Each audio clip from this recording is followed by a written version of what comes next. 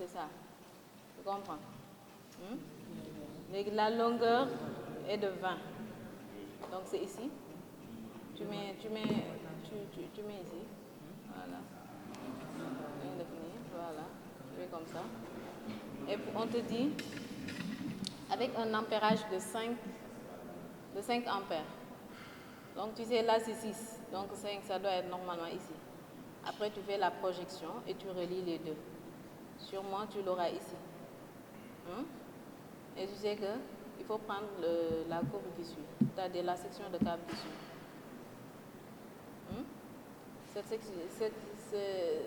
Cette section-là, ça correspond à 2 fois 16 mm². Donc, c'est 16 mm² que tu dois acheter. Tu comprends? Si tu ne comprends pas, tu peux poser aussi des questions. Anne? Il faut que je refasse une copie pour vous. So, c'est bon? Il faut prendre ou bien vous tracez avec le bic. Vous reliez les 2 points. Ça, c'est l'intensité. J'ai donné comme intensité là-bas 5 ampères. Oui, là, c'est 3. Là, c'est 6. Donc, 5, c'est juste entre 3 et 6. Oui. Dirigez. Pour celui-là, ça correspond à 2, 5. Voilà. 2. Voilà. C'est bon. François? Tu comprends? Oui, là, c'est l'ampérage. En ordonnée, vous avez l'ampérage, c'est-à-dire l'intensité. Ici, en abscisse, vous avez la longueur de câble. Tu comprends? Voilà, maintenant ça, ce sont les tensions. Ça, tu es en 12, ça, tu es en 24, et là, tu es en 48. Mais maintenant, le cadre de notre exercice, tu as ça, 12 volts. Donc, tu es à 12 volts, c'est-à-dire cette ligne-là. Cette ligne-là qui te... Là, tu es en 24 volts. Ça, ce sont les valeurs pour 20, si tu es en 12 volts. D'accord? Et ça, ce sont les valeurs si tu es en 24 volts. Tu comprends? Si tu es en 24 volts, tu ne fais pas fi des valeurs qui sont en 12 volts. Mais ici, le 15 là, ça va correspondre à 30. Est-ce que tu comprends? En fait, c'est la même figure. Mais sauf si que ça ne correspond pas à la même si on était à 12 volts, ou bien en 24, ou bien en 48. Tu comprends? Ça, 0. 5. 10, 15, 20, 25. Ça, c'est en 12 volts, si on est en 12. Est-ce que tu comprends? En 12 volts, oui. Mais si on est en 24, tu as 10, 20, 30, 40, 50. Est-ce que tu comprends? On est 5. En fait, c'est l'échelle qui change. Est-ce que tu comprends? 20, 40. On est 20, 40, 60, 80, ainsi de suite. Tu comprends?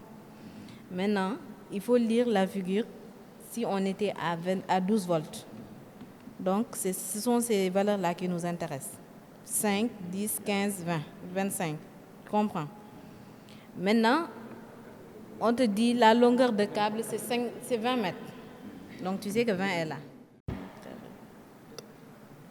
Tu comprends?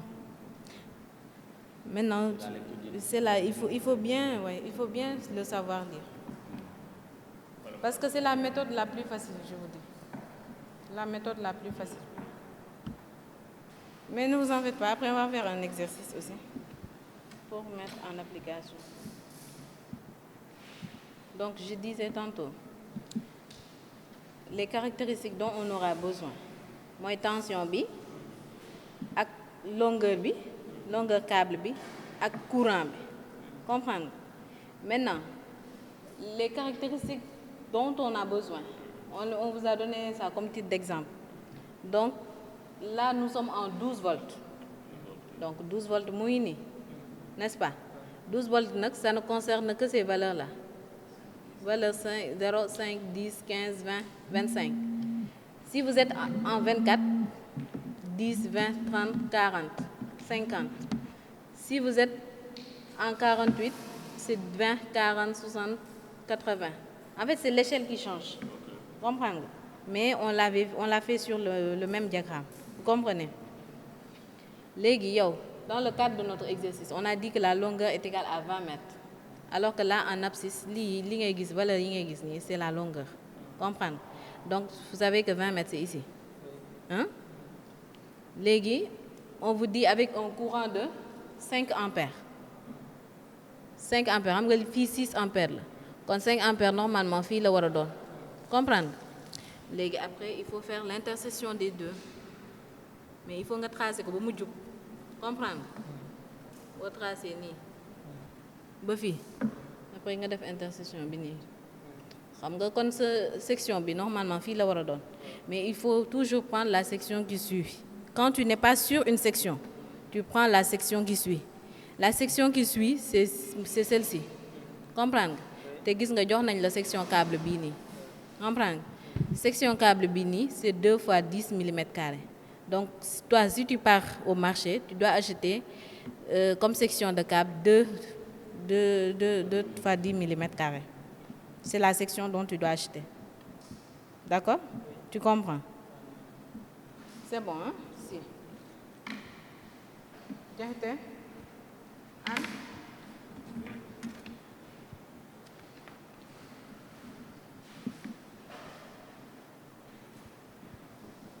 C'est bon pour toi?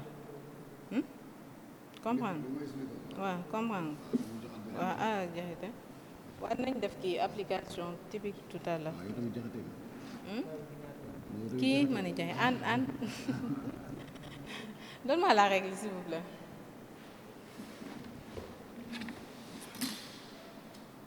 En fait, on était en train de rappeler les caractéristiques pour déterminer la section de câble. Les caractéristiques à savoir sont l'intensité. Il faut que nga xam courant bi ñaata la, nga xam tension bi ñaata la, ak distance bi aussi. Comprendre? Ça, ce sont les 3 mètres à savoir pour mën a dimensionner ce câblage. Léegi diagramme bii nii, ça te permet de les connaître facilement.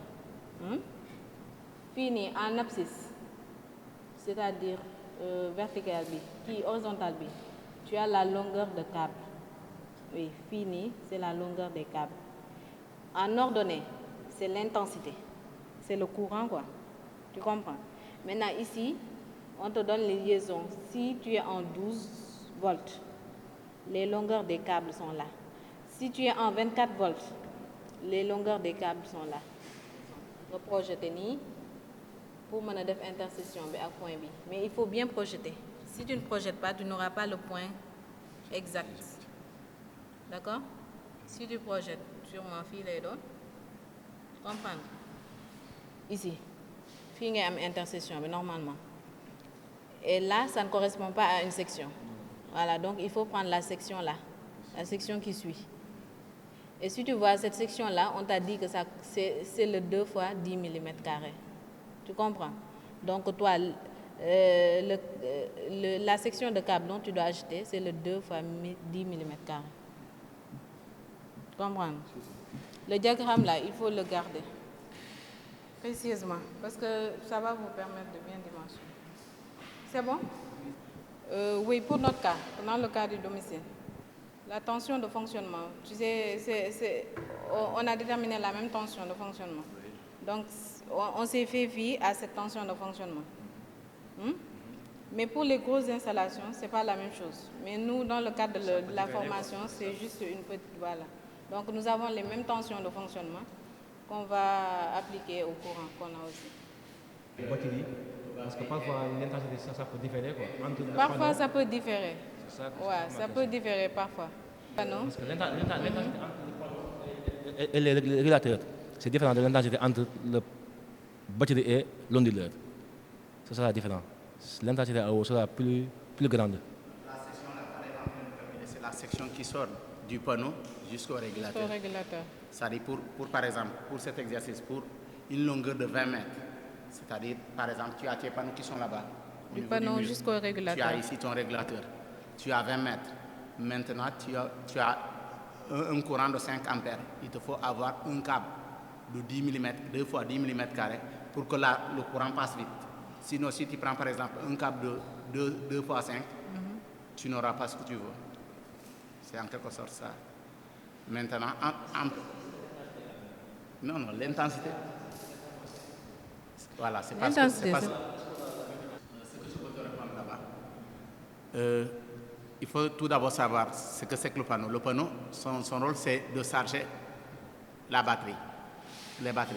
Et le régulateur est là pour réguler. Normalement, si les batteries sont pleines, normalement, le régulateur doit avoir l'intelligence de dire « je coupe ».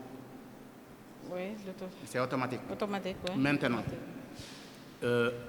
comme nous l'avons dit, garab bu la sutur du la mën a may ker. Donc, pour panneau bi mën a charger batterie, il faut impérativement nga am tension. Bon, des batteries par exemple de 12 volts, il faut prétendre que la tension qui sort des panneaux dépasse 12 volts. Sinon, si tu as une tension de 7 volts, ça ne peut pas charger une batterie de 12 volts. Et aussi, au niveau des batteries, il y a ce que l'on appelle, on calcule, il y a la capacité. Pour ces genres de qui là, en tout cas, en grosso modo, il faut que nous soyons pour nous may ker, sinon ça ne va pas. Tey jii nii boo yoroon sa téléphone nga bëgg a charger boo ko branché ci courant ondulé de 2 volts sa téléphone du charger sinon yow yaay dissiper courant nga jox kale. Je ne sais pas si je me suis fait comprendre.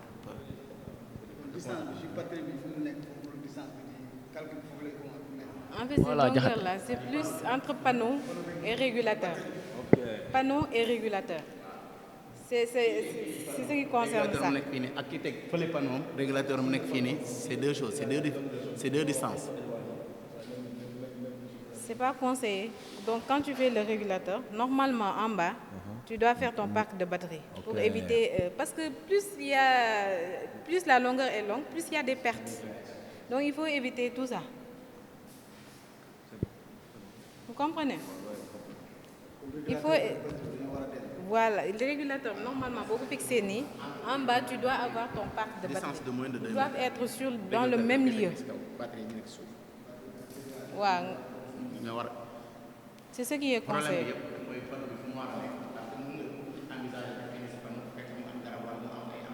Ombrage. Tu es obligé de faire un espace les rayons solaires à longueur de la journée. Les distances espace bi nga am pour teg sa panneau yi pour nga am soleil bu baax ak fi nga war a teg par exemple nga ne box bii nii day jël pour teg foofu noonu samay batterie ak régulateur bi distance boobu noonu moom la ñuy calculer quoi. moom la ñu nekk di définir en fait. Diagramme bi. Donc on a répondu à ta question. Le câblage, en fait, ça concerne juste le panneau jusqu'aux batteries, jusqu'au régulateur. Il est conseillé de mettre le régulateur dans un lieu. Dans un lieu où vous mettrez aussi les batteries et l'onduleur. Ça doit être contenu dans un même lieu, normalement. Il y a des grosses installations. On ne vous recommande même pas de prendre ces genres d'installations. On vous recommande de prendre, comme par exemple, cas au Victron. Parce que pour investir, quand tu investis, il faut prendre tous les risques. Ouais, on a le PWM comme étant des qui classiques quoi. Bon, après ça peut te créer des problèmes. Il faut que investir, que dougal ci sa xaalis jënd ay équipements yu baax. Par exemple de bons onduleurs avec de bons régulateurs pour ce système bi mëna yag quoi. Vous comprenez? Oui, je comprends. Oui. Mais on est là dans le cadre des petites installations, comme installations domestiques et autres. Mais il y a des installations plus complexes. Il y a des systèmes yu bari. Oui, c'est bon. C'est bon. Tu comprends? C'est bon. Bah. Sinon, il y a une méthode de calcul aussi. Donc, vous prenez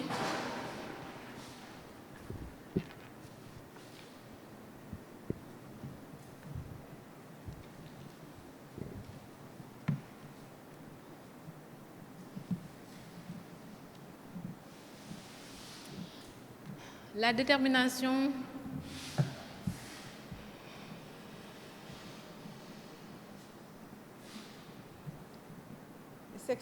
des sections de cas par calcul.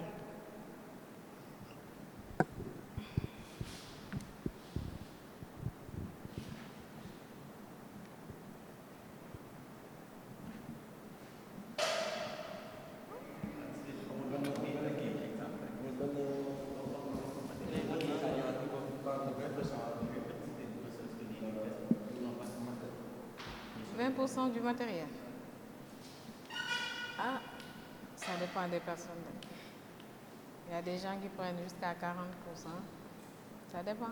Ça dépend de ce client. L'essentiel en est que il faut chercher à convaincre le client. Nga bañ ko dawlo. Ouais. Parce que bu démé day outil sa morom hein.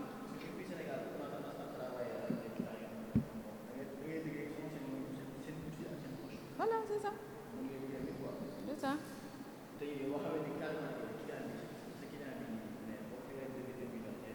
Day daw. Ouais, 500 000, 1 million.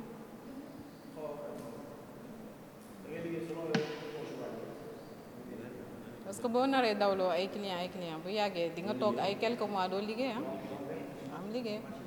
Il faut arriver à convaincre le client et c'est par seen devis bii nii ak tamit ut ay fournisseurs yoo xamante ne mën ngeen dee di liggéey ak ñoom bu ñu nee takk nga woo nga ne allo Moustapha am nga lii nii régulateur temps am nga onduleur temps mu ne la waa nga dem nga jëndi foofu. Il faut avoir 2 à 3 ba plus fournisseurs comme ça fu gën a yombale rek des fois nga dem foofu léegi boo demee ba am ay installation yu mag aussi il faut pas prendre le risque d'aller vers les marchés classiques nga dem foo xamante ne c'est vraiment agréé comme par exemple ay Victron c'est une bonne marque am na fii Sénégal waaw si am na je pense que je sais même plus là où ils sont logés. Victron moom ils ont de bons équipements boo amee ay installation yoo xamante ne kii na moom il faut aller là-bas c'est bon.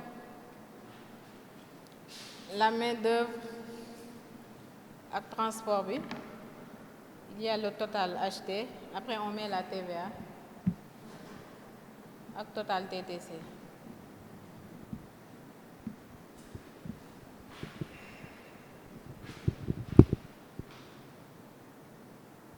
Bon, TVA, je pense que c'est pas pour vous, hein. Oui. Ça, c'est pour les... À moins que vous avez une entreprise aussi.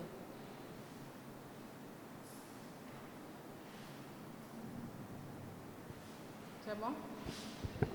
Parce qu'avec ça, c'est pour les gens qui paient les impôts et autres. Comprenez? Mais comme il y a bon, c'est pas la peine d'ajouter la TVA.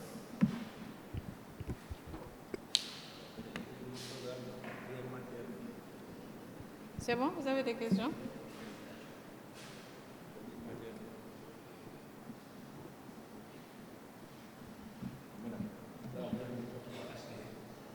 Acheté, oui, le TVA.